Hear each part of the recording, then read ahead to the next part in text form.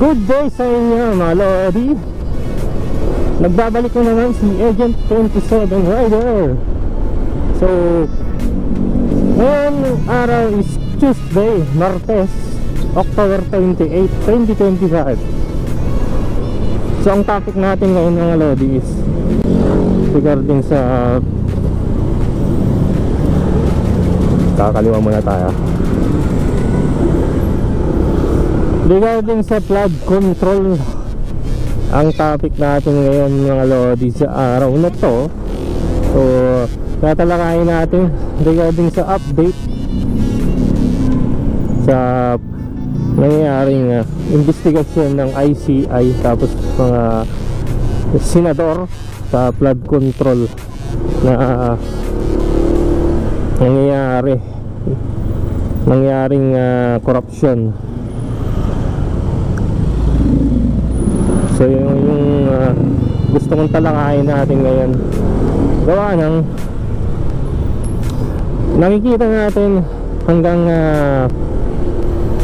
una lang talaga ang mga Pilipino hanggang nung ano lang kalakasan ng issue. Ngayon kasi papansin natin ngayon unti-unting nawawala na yung ginagawang pag-iimbestiga.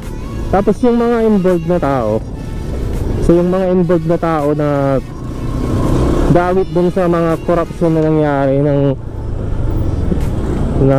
mga congressman, senator, is unti-unti nang nawawala sila sa issue. Lalong lalo na si Saldi Corrupt. Ayan si Saldi Corrupt. Hindi ako nang name drop, pero yun yung mga lumalabas sa na dinadawit ng mga contractor, mga district engineer at contractor na naglaglag sa kanila. Is yun yung mga tao na yun.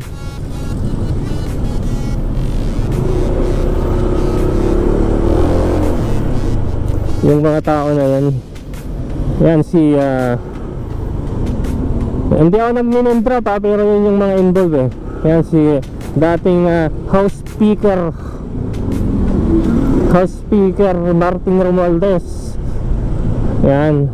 Tapos yung isa pa si Saldi Corrupt yan.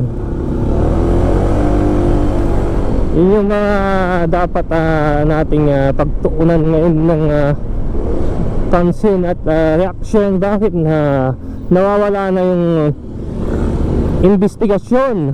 Hindi na natin nakikita yung mga balita, ano mga tinatalakay doon sa pag-iimbestiga sa kanila. So makikita natin na wala pa rin nakukulong, di ba, sa mga corrupt na mga kongresista na yan. Maraming involved na congressman, lalo yung mga mga senator na naglilinis-linisan. Yan, hindi sa nagja-judge, pero makikita naman natin yung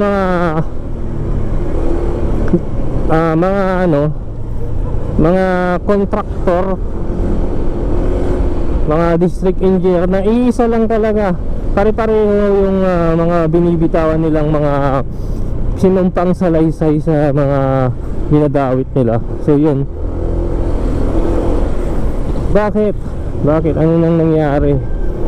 Di ba dapat pagka ganito, ang batas kasi, pag once na may kaso ka, sinampahan ka ng kaso, kailangan nakapihit ka sa kulungan. Dito left hand tayo. Here. So balik tayo mga Lodi. So regarding nga dun sa mga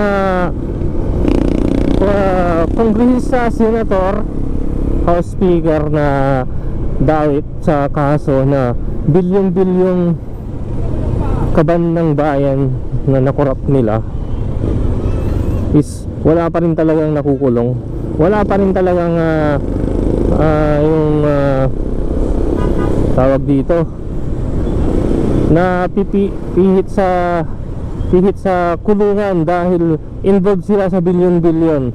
So hindi talaga pala hindi talaga may bias ang batas natin sa nangyayari. So bakit ganon Pilipinas? Bakit ba may katungkulan, may posisyon o kamag-anak ng mga politiko na yan, mga hinahayupak, is hindi na makukulong? Ganun ba yan yung batas natin?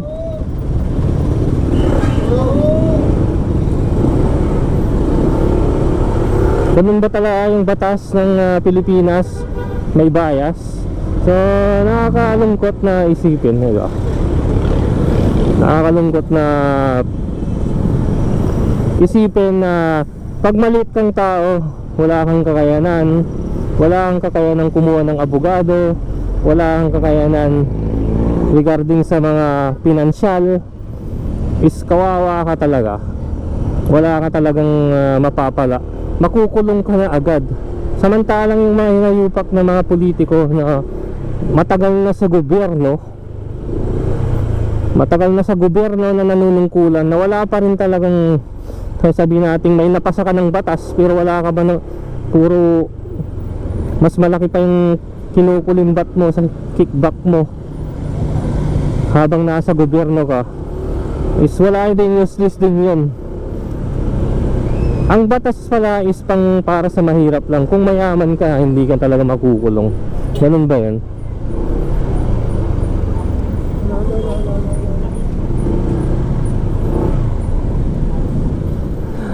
Diba? Ganun talaga sa Maynila, traffic. So yun nga, yun nga yung topic natin.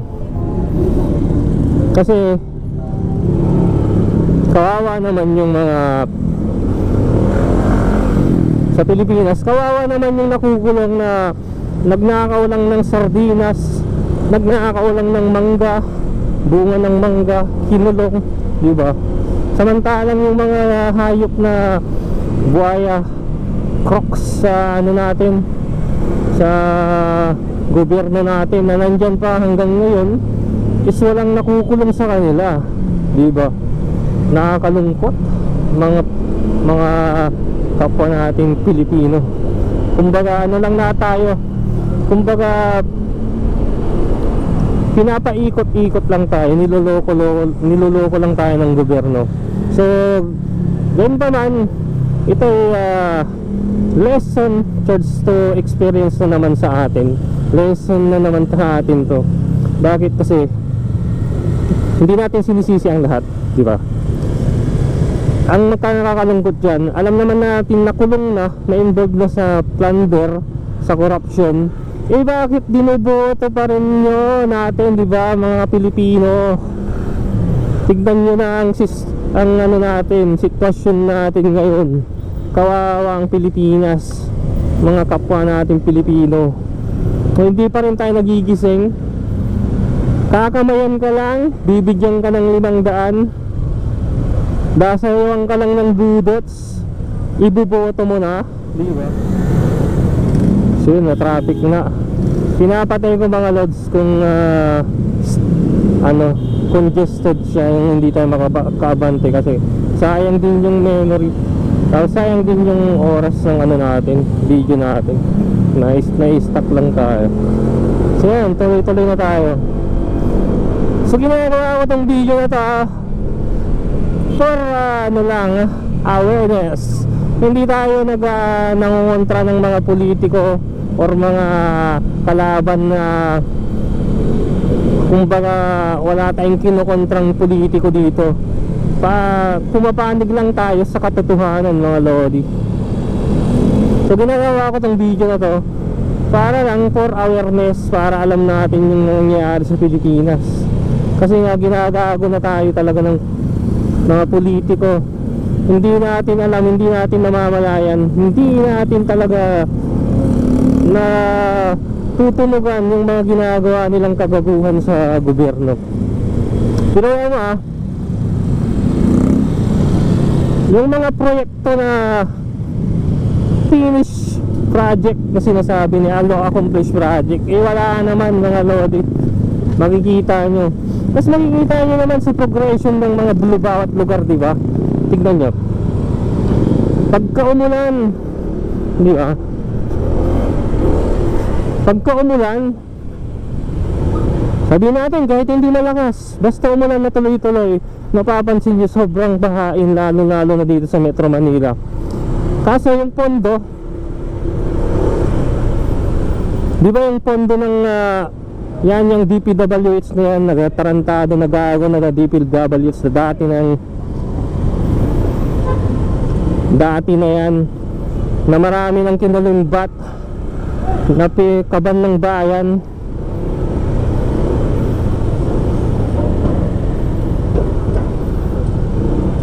Hindi pa rin tayo nagigising noon pa ng mga previous president pa, previous cabinet president pa. Hindi pa rin tayo nagigising. Ibubuotan na naman natin sa 2028 yung mga korap. Hanggang dyan na lang talaga tayo. Pupulutin na lang tayo sa kangkugan talaga, diba? Nagpapaloko tayo. So yung mga politiko naman, huwag naman tayong take advantage yung mga politiko sa, kasi hindi nyo naman talaga madadala na yung mga kinurakot yung pera. Hindi nyo madadala yan sa kabilang buhay. Sa impyerno tayo, sa impyerno kayo didiretso. Hindi nyo magagamit para mailigtas yung kaluluwa nyo. Sinasabi ko sa inyo. Traffic na, stuck tayo dito. Kanan na tayo. Sinasabi ko sa inyo mga government employees na mga buhaya, mga crocodile, mga crocs. Okay, hindi nyo madadala yan. Ilang taon lang kayo dito sa mundong to. Pinakamahaba nyo na talagang ginawa ng Diyos talaga 60. Ngayon 50 plus ka, mag-ingat-ingat ka na, baka matigok ka na. So sa para saan yung mga kinukakot nyo, magising na kayo. Hindi nyo madadala yan yung mga kayamanan nyo, yung mga kagamitan nyo, pera nyo, mga tarantado. Makikita nyo lang yung mga hirap ng mga Pilipinong nasa laylayan talaga. Yung mga binabaha lagi, mga tarantado kayo. Kawawa talaga sila. Ako, honestly, pasalamat ako sa Diyos. At yung tinitirahan ko ay hindi naman binabaha. Kaso nga lang makikita mo yung mga pinakamahirap talaga na Pilipino sa Pilipinas ay nakakaawa talaga. Laging binabaha. Natatakot pag umuulan na, nagkakatroma na, lalong-lalo na pag may bagyo. So walang konsensya talaga. Kapwa natin Pilipino yan, ha? Na kapwa natin Pilipino, ha? Nagtatarantado din sa ano natin, ha? Kapwa natin, ha? Tignan nyo yung mga ganyang galawan, di ba? Hindi ba kayo naawa sa mga Pilipinong kawawa?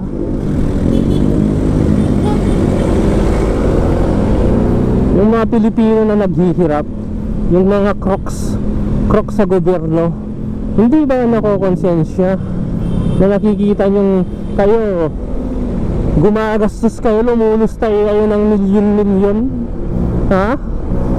Milyon-milyon ginagastos nyo sa isang araw.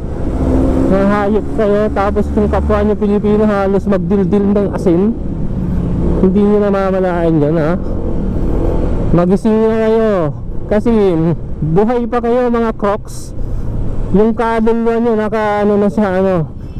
nakakontrata na kayo talaga sa impyerno.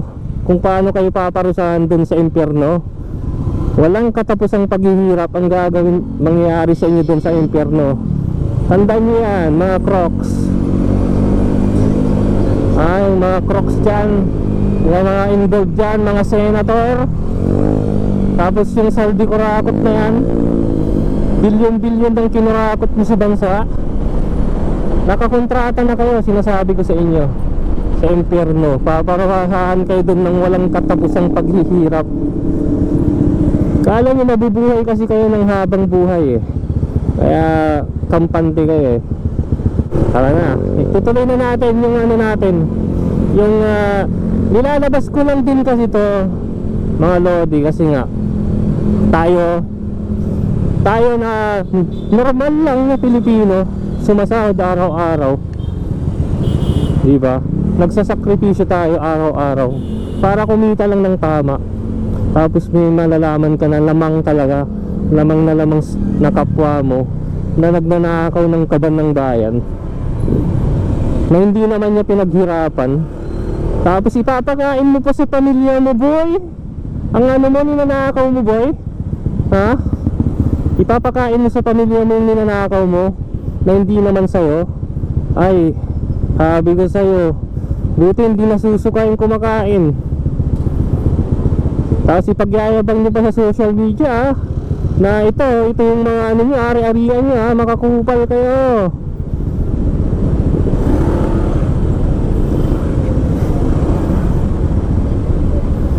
Maawa kayo sa kapwa nyo Pilipino, mga crocs. Hindi pa rin kayo nakukulong. So mga lods, mga lodi, itutuloy natin to, yung topic natin sa flood control na ta. Hanggat hindi walang nakukulong, tutuloy natin yung galit natin sa mga yan.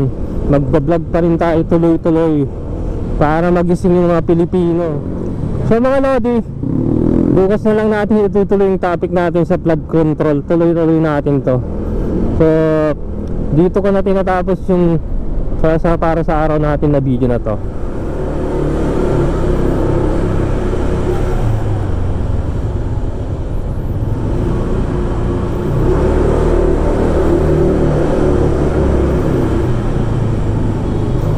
So sa parking na naman tayo, third level. Ikot-ikot tayo.